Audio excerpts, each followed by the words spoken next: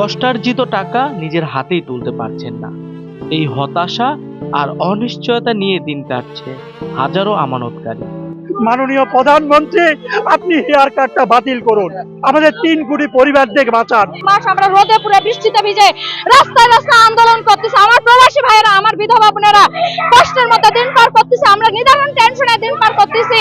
কারো সন্তানের পড়াশোনা থেমে গেছে, কেউ পড়েছেন সংসারের টানাপোড়েনে। ভবিষ্যৎ নিয়ে দুশ্চিন্তা এখন তাদের নিত্য সঙ্গী। আমাদের পেটে ভাত নাই, চিকিৎসা করাইতে পারি না, ছেলে মেয়েকে লেখাপড়া করাইতে পারি না, ভার্সিটি ভর্তি করাইতে পারি না। এই চাপা কষ্ট আর ক্ষোভ নিয়ে আবারও রাস্তায় নেমেছেন তারা। গুলশান 1-এর এক্সিম ব্যাংকের প্রধান কার্যালয়ের সামনে মানববন্ধনে জড়ো হন ভুক্তভোগীরা। একটা ব্যাংকের সমস্যা হয়েছে, একটা কালো আইন মনসুর তৈরি করে দিয়ে গেছে। এই কালো আইন কি ভাঙার ক্ষমতা আমাদের প্রধানমন্ত্রী তারেক রহমান স্যার কি রাখে না? অবশ্যই রাখে। আমরা তার প্রতি আশাহত যে সে 1 মিনিটের ভিতরে পারলে সমাধান করতে পারে। কিন্তু আমাদের দুঃখ, আমরা আজকে বিগত 7 মাস যাবত আমরা এইভাবে রাস্তায় রাস্তায় আন্দোলন করতেছি। বিভিন্ন মন্ত্রী মহোদয়দের কাছে আমরা স্মারকলিপি জমা দিচ্ছি। যেখানে যেভাবে যাওয়া দরকার আমরা সেখানে সেভাবে যাচ্ছি। আমাদের আত্মঘাতী হলো আমাদের হেয়ার কাটটা, সামান্য একটা হেয়ার কাট। আপনার কাছে হাত জোর করে অনুরোধ করি, আমাদের হেয়ার কাটটা বাতিল করুন। মাননীয় প্রধানমন্ত্রী, আপনি হেয়ার কাটটা বাতিল করুন, আমাদের 3 কোটি পরিবারদের বাঁচান। আমরা না খাই আছি, আমরা আজকে খোটা খয়ে খয়ে চৈত্র মাসে রোদ্রে দাঁড়িয়ে আছি, আমাদের হেয়ার কাটটা বাঁচান। আমরা সেই হেয়ার কাটের বিরুদ্ধে দাঁড়িয়েছি। এই হেয়ার কাটের ফলে আমাদের মূল টাকা থেকে কর্তন করা হবে, এই অধিকার তো আমরা ব্যাংকে দেই নাই। আমাদের দাবি ছিল 2টা, হেয়ার কাট উঠিয়ে নেওয়া এবং ব্যাংকের লেনদেন স্বাভাবিক করা। কিন্তু বিগত কয়েক মাস আমরা রোদে পুরো বৃষ্টিতে ভিজে রাস্তায় রাস্তায় আন্দোলন করতেছি। আমার প্রবাসী ভাইয়েরা, আমার বিধবা বোনেরা কষ্টের মধ্যে দিন পার করতেছে, আমরা নিদারুণ টেনশনে দিন পার করতেছি। তাহলে এটা নিয়ে সংসদে কথা ওঠে না কেন? এটা নিয়ে প্রধানমন্ত্রী কথা বলে না কেন? এটা নিয়ে অর্থমন্ত্রী কথা বলে না কেন? এটা নিয়ে বাংলাদেশের যারা ক্ষমতায় আসছে তারা কথা বলে না কেন? এটা নিয়ে বিরোধী দল কথা বলে না কেন? তাহলে কি তারা সবাই ডাকাতদের সাফাই গায়?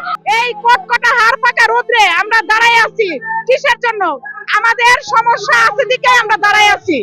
আমাদের পেটে ভাত নাই, চিকিৎসা করাইতে পারি না, ছেলে মেয়েকে লেখাপড়া করাইতে পারি না, ভার্সিটি ভর্তি করাইতে পারি না, আমার ছেলেকে বাইরে পাঠাইতে পারতেছি না টাকার অভাবের কারণে। তাহলে এই সমস্যাগুলো কে সমাধান করবে? আজকে আমাদের টাকা ব্যাংকে রেখে আজকে এইভাবে দাঁড়াইতে হয়েছে কেন?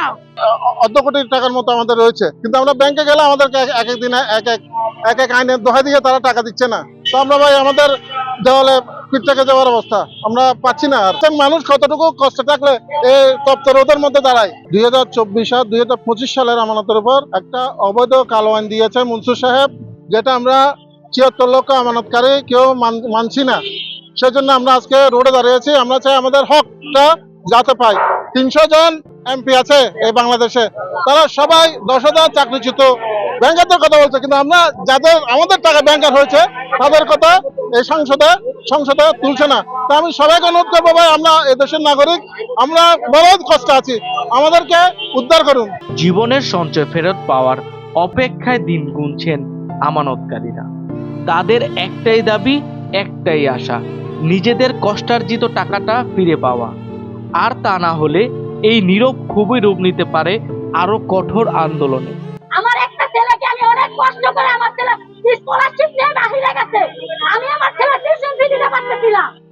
আমি অনেক কষ্টে আছি এবং আমার যারা ভাই বোনেরা আছে প্রত্যেকটা ভাই বোনেরাই অনেক কষ্টে আছে। না হলে রাস্তায় মানুষ সব করে এসে দাঁড়ায় না। আমরা রাস্তার মানুষ না, আমরা রাস্তার মানুষ না। ডাকপাখি নিউজ, ঢাকা।